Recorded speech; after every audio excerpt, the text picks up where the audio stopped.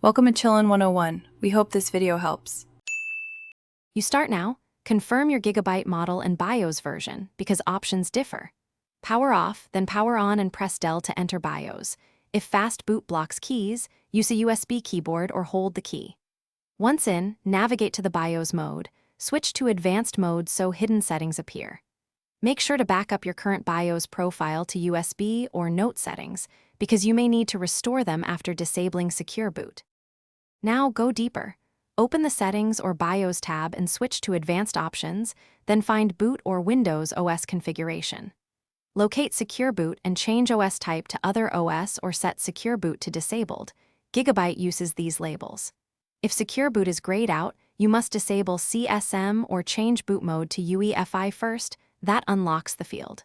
Once done, verify the change on screen. Do not exit yet, because saving incorrectly can prevent booting. Finish by saving.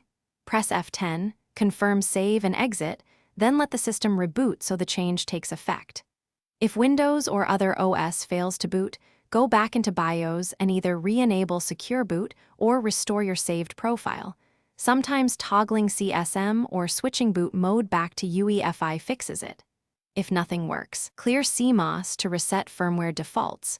But be aware this wipes all BIOS settings and may require reconfiguring boot order.